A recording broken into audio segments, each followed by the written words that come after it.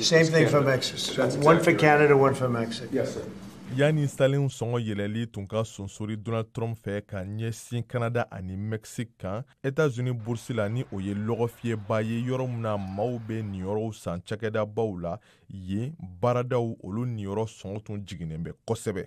Nka Donald Trump y'i kanbɔ k'a fɔ ko m'a to ale ka yɛlɛma don a ka latigɛ la. No delays at all. No, nothing to do with the market. Ayi ne yɛrɛ ka latigɛ tali ni o lɔgɔfiyɛba ninnu tɛ ɲɔgɔn ye sira la. Ne tɛ olu lajɛ yɛrɛ. Sabula tagalen ɲɛfɛ ni latigɛ ninnu bɛna nafoloba de di États-Unis ma. Nin ye yɛlɛma dɔ de waati kunkurunin kɔnɔna la. Sabula ne tun t'a fɛ a kɔlɔlɔ ka se an ka bolimafɛn dilannaw ma. It would have hurt the American car companies if I did that. Mexique jamana ɲɛma Claudia Sheinbaum ale mun ni Donald Trump ye ɲɔgɔn sɔrɔ nɛgɛjuru sira fɛ ale ye salon sɔngɔ yɛlɛli sonsorili fo ani ka Donald Trump tanu o kosɔn. El 2 de abril va a estar todo el mundo en la misma circunstancia. Ni bɛnkan bɛ to senna fo avril kalo tile 2 sabula Donald Trump ye a ɲɛfɔ ko o waati de la a bɛna salenw sɔngɔ damakɛnya ka ɲɛsin diɲɛ jamana bɛɛ lajɛlen ma. Ni maa minnu ye salen bin États-Unis kan k'a bɛ salen bin olu fana kan.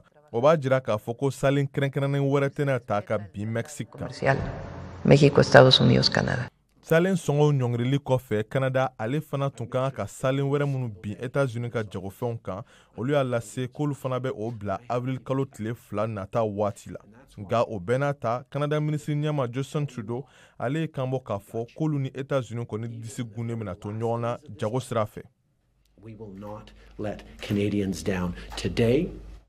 N bɛ se ka perepere latigɛ aw ye k'a fɔ ko an ni États-Unis bɛna to ni jagoko kɛlɛ in na don nataw la. Wa an bɛ Canada jamanadenw lajija u ka Canada jagofɛnw de san fɔlɔ. Wa an bɛna fɛɛrɛ tigɛ fana waasa nin latigɛ ninnu a kɔlɔlɔ kana bonya kosɛbɛ an ka jamanadenw ma. Diɲɛ jamana olu ɲɛ coronnen bɛ Canada, Mexique ani États-Unis olu ka nin jagoko mankan in na.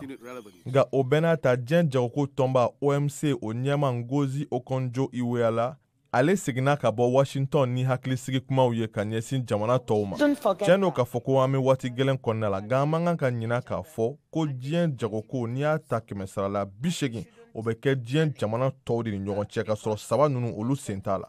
Wa o jagow bɛ kɛ ka kɛɲɛ ni sariyaw de ye minnu bilalen don sen kan nin.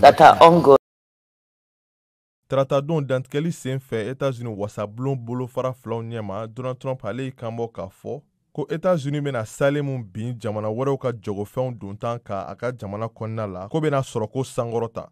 Nka Trump ye a lakodɔn fana k'a fɔ ko salenw sɔngɔ yɛlɛli ko a bɛna ni gɛlɛya dɔw ye nka o bɛna ta k'u jɛra ni o ye.